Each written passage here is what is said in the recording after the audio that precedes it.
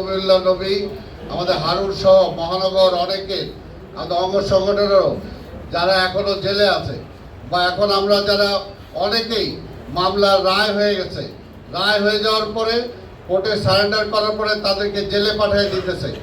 এইটার প্রতিবাদ জানানোর জন্যই আমরা একটা 26 তারিখ আমরা একটা প্রতিবাদ সমাবেশ আমরা দিয়েছিলাম এখানে। তো সেই ব্যাপারে আপনাদের মধ্যে থেকে অনেকে আসছে, কথা বলছেন, আমাদের মহানগরীও বলছেন, আমাদের ওয়েলিশন যারা এরাও বলছেন যে এখন গরমটা একটা প্রচণ্ড তাপদাহ চলতেছে, যেটা আসলে দাঁড়ায় থাকাই একটা মুশকিল হচ্ছে। এই কারণে আমরা আপনাদের সবার আগে আমরা মহানগরী বসছিলাম অঙ্গ সংগঠন সহ, সেখানে আমরা আলোচনা করছি যে আমরা প্রোগ্রাম আমাদের ঠিক থাকবে, তবে আমরা কয়েকটা দিন পিছাই দিব। ঠিক আছে আপনারা একমত আছেন আপনারা?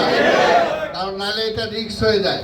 কারণ ধরো আমরা যদি 3টা না করে 4টাও যদি করি, আপনাদের তো 2টার মধ্যেই আসতে হবে।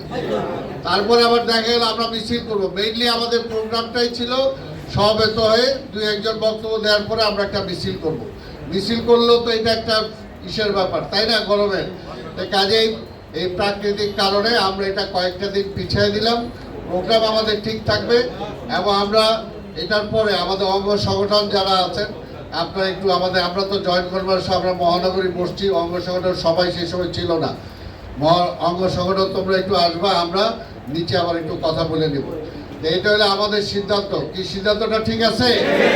তাহলে আপনারা এখন যেদিনই হোক, এর আগে যেটা বলছি যে আমাদের ওয়ার্ডের ব্যানার আমরা চাই, এবং এইবার আমরা অঙ্গ সংগঠন নিয়েও আলাপ করে নিব।